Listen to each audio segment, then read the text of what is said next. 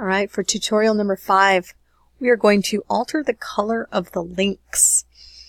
And again, we're going to open up the style sheets.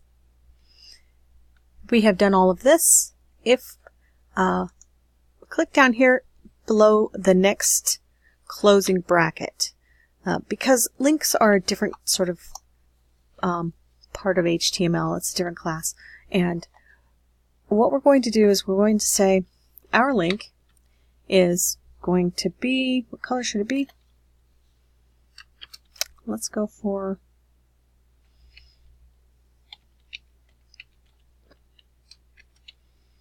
red. Why not? Let's close this up and check it out.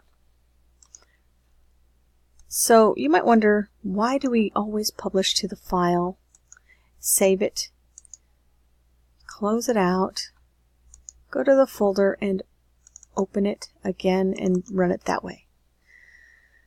The reason is because all of the times that we do some sort of editing, if you do it within the Twine, there's our links are now red. If you do it within Twine, sometimes it doesn't register as, it doesn't check, it doesn't update it. So what we do is we have to do it in the browser and see if it's working correctly. So we go back here and we have changed that link to red, but wouldn't it be cool if when you hover over it, it changes its color too? So there's another command, and it is called hover. And again, it is a different class, so you start it with a bracket. And we're going to, when you hover over it, let's see, what color should we make it? Let's make it blue. All right, and let's give it a bottom border. Bottom border.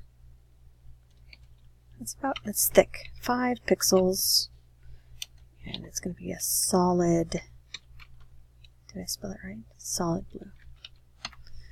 Okay, oops, let's close that.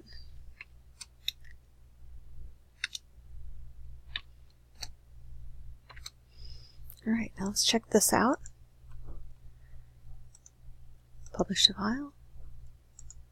Save it. Open up a folder. The folder that is in. And as I hover over it, it changes color. Isn't that cool? Now, it doesn't look like our line has really gotten thicker than it would be normally. So what is going on there? Well, I'll tell you what's going on. The original hover line is considered a decoration, and it actually overwrites what we put in there. So what we're going to do is we're going to close this, and we're going to go back to our Twine. We will open up the style sheet, and underneath our solid blue line, we're going to say, hey, we want your text decoration to be none. And that's what we're going to do there. Let's go down here, give it a check. Publish to file. Save it. Open the folder. Okay, now we have no line, and when we hover over it, we have no line. Why don't we have any line? Oh, I know what happened. Let's go back really quick. Take a look at our story sheet. I wrote this backwards. See those little dotted lines? Those dotted lines say, hey, you made a mistake. Fix it. So, it should actually be border bottom. Now you see those dotted lines have disappeared. Now we should have an entirely different issue.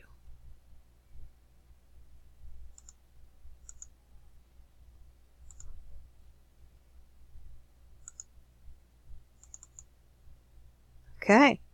Now as we hover over, we have a big, bold, beautiful line underneath our words, and that's what we were going for. So, mistakes happen, and it helps you along by telling you, hey, you made a spelling mistake. Fix it. So that's where we're going to end this tutorial. Go play with some fonts.